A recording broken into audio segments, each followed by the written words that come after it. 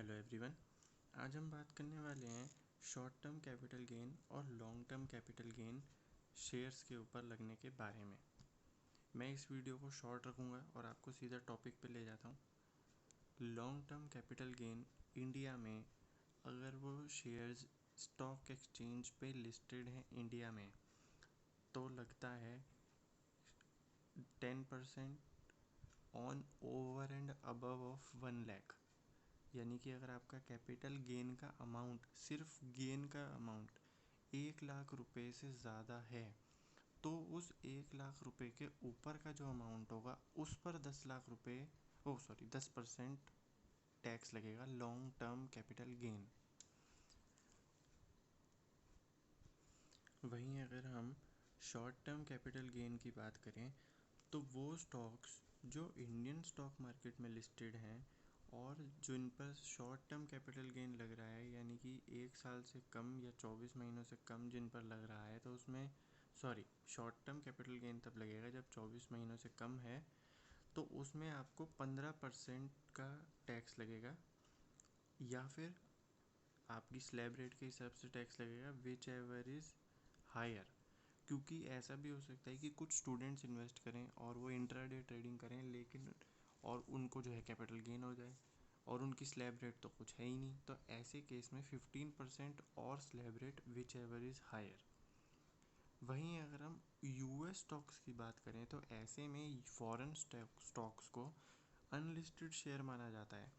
तो इंडिया में unlisted share या फिर यूएस स्टॉक या फॉरेन स्टॉक मार्केट के जो शेयर्स होते हैं उन पर लगने वाले लॉन्ग टर्म कैपिटल गेन को इंडिया में 20% plus educational and health cess को ऐड करने के बाद 20% का टैक्स लगता है without any relief of 1 lakh. जो हमारी long term capital gain Indian shares में थी कि ओवर एंड अबव 1 लाख, वो यहाँ नहीं मिलती है।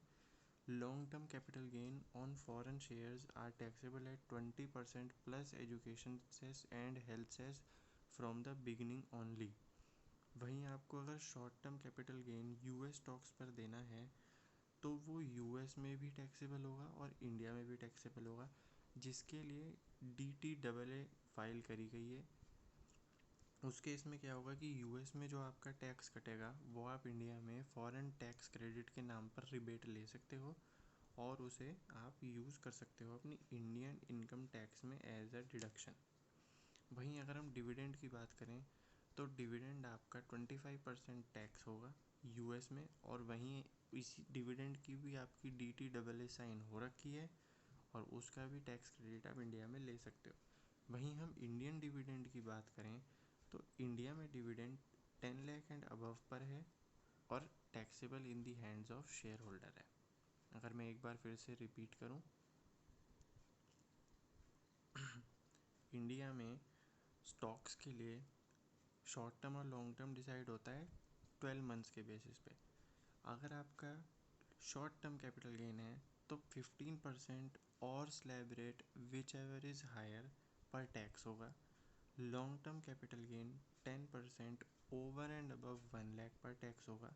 यानी कि अगर आपके कैपिटल गेन में से सिर्फ गेन की वैल्यू 1 लाख से ज़्यादा है तो उस 1 लाख के ऊपर का जो अमाउंट है, यानी 1,10,000 अगर आपका कैपिटल गेन है लॉन्ग टर्म में, तो उस 10,000 पर 10% टैक्स लगेगा लॉन्ग टर्म कैपिटल गेन।